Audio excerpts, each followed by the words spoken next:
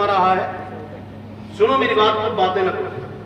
अल्लाह फरमाता है निकाह करो उन औरतों से जो तुम्हें पसंद हो। निकाह जिसका हो रहा है अल्लाह उसी को हुक्म दे रहा है कि निकाह करो उन औरतों से जो तुम्हें पसंद हो। अब रिवाज का है, रिवाज बताइए। लड़का बंबई में, चाहे सऊदी में, चाहे कहूं गोंडा बहराइच दिल्ली कमाता, तो एक चक्कर तो अम्मा पप्पा बहनी चली जी, बढ़िया बढ़िया नाश्ता, बड़े बड़े चौक खाए के वापस आए। तो कहीं बहनी कुछ बताओ, कहीं क्या बताइए रही हमारा पतोहिया ना आए देखी से। तब एक बार पतोहिया चली जाए देख के आई, कहीं ना भी हम बड़कई बिटीवा नाई नहीं तो वह देख ले, तब बड़कई बिटीवा आई। तो जब बड़कई बिटीवो देखिए तब भाई हाँ माँ ठीक है करो, तब कहीं आप तो ठीक है मंगनी की तारीख रख लो। मंगनी की तारीख रखे के लिए कई जने जी हैं, 21 जने आवाजी जब तारीख दे दी, और जब तारीख दे दी तो कहीं अब मंगनी कह लो। तो जब मंगनी हो लगा तब का हाल होता है, अरे कम से कम 150 तो हमरे है नाते बात, अब जो मंगनी होगा ये सब खाए तुम्हारे कर कुल मिलाए खवावे को तो करिए नहीं करे, और खाए लिए जल्दी से नवा नवा कपड़ा और मुँह में मोट मोट लिपस्टिक लगाई और उसमें बगैर दुपट्टा गले में डाल के तक बताओ चलिए कि हम दुल्हावा का बहनी हो, कोई कही कि हम भाभी हो, तो कहीं हम फुफ्फो हो। बड़ी शान बताती है मेरी माँ बहन। ये हमारा नौजवान कोई बहनोई बताएगा, कोई मामू बताएगा, कोई चाचा बताएगा। तुम्हें शर्म नहीं आती है? एक मुसलमान को गाड़ने जाते हो कि ब्याह लगाने जाते हो? शर्म करो। जब तुम दूसरों को देखोगे तो अल्लाह तुम्हें भी देखेगा। कोई न सोचे कि हमारे पास खाली लड़का है। अगर तुम्हारे बेटे हैं तो तुम्हारे घर में कभी पोती आ जाएगी, तब वो भी तो बेटी होगी। जोर से बोलो। तुम शादी करोगे कि नहीं करोगे? मान लो अब्दुल कय्यूम की बिटिया नहीं है, एक तो बिटिया है सबसे छोट शायद, हाँ हमरे जमाने तो नहीं रहा, अब है तो कभी ये भी शादी करेंगे, है कि नहीं?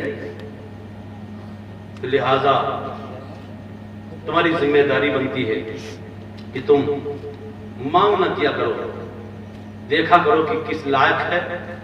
बाराती लोग पहुंचते हैं तो अपना कपड़ा अब काला टाइट रखते हैं, अरे कम से कम जाया करो तो कोई अगर प्यासा हो तो खुद ही बाराती हो मगर पानी तुम ही पिला दिया करो। खाना अगर देखो कि लगाने वालों में दिक्कत है तो खाना खुद ही खिला दिया करो, तुम्हारी बेइज्जती नहीं होगी।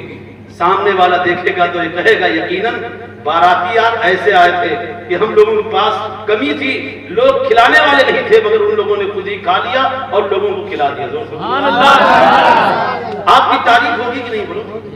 हाँ, तो ये सब सीखो, तहजीब सीखो, तमद्दुन सीखो। मुसलमान के घर में हो यार, मुसलमान देखो क्या हाल है, मुसलमान जहां देखो वो मुसलमान तबाह हो रहा है, बर्बाद हो रहा है। अभी भी वो देखो फिलिस्तीन के लोग शहीद हो रहे हैं और आज तुम्हें भी शर्म नहीं महसूस होती है? शर्म नहीं आती है? जलसा जुलूस मौके पर माइक लगा दो, डीजे लगा दो। गंगोल में अगर कहूँ ये नाच हो तो जवान बुढ़वे कह दी हट में हम देखो। हाँ ये हाल है।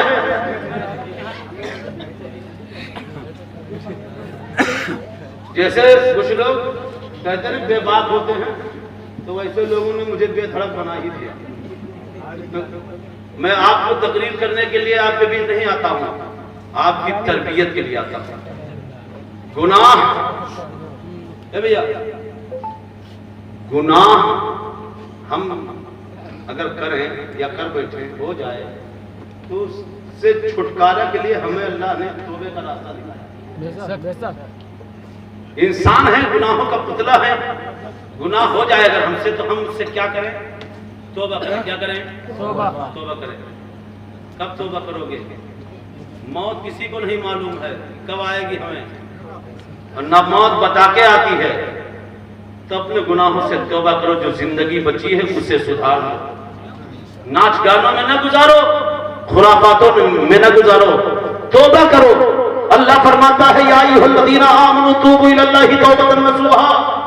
नबी फरमाते हैं ताइबु मिनज़ ज़ंबी कमल्ला संबाला, गुनाहों से तौबा करने वाला ऐसा होता है जैसा कि उसने कभी गुनाह न किया हो।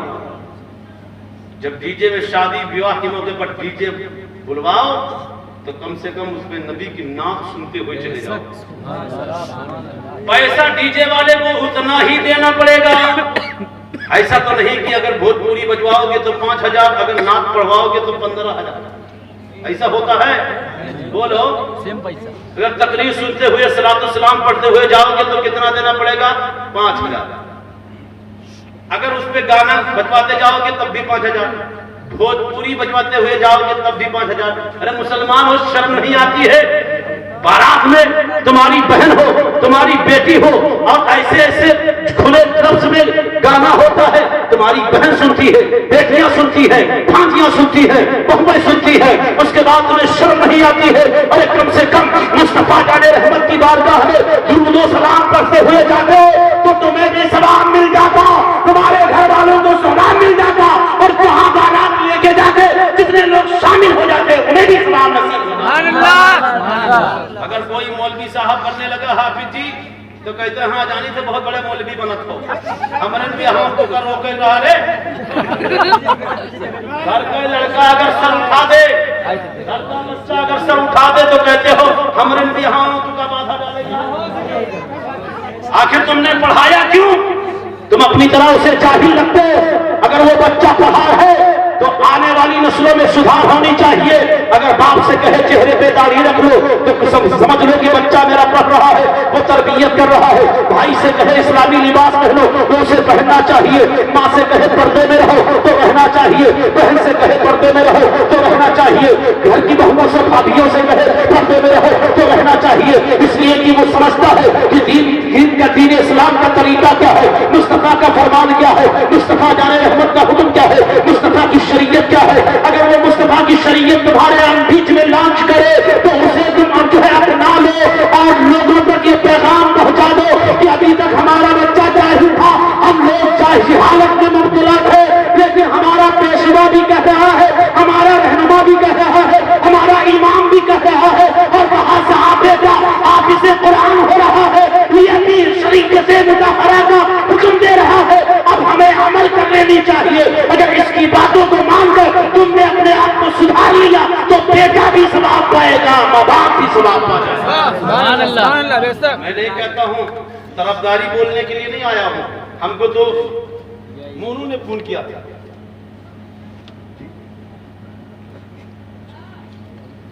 हाँ, अभी मेरे बाद तकरीरें सुनी है, कारी साहब बैठे हुए हैं और काफी समय हो गया शायद। अच्छा।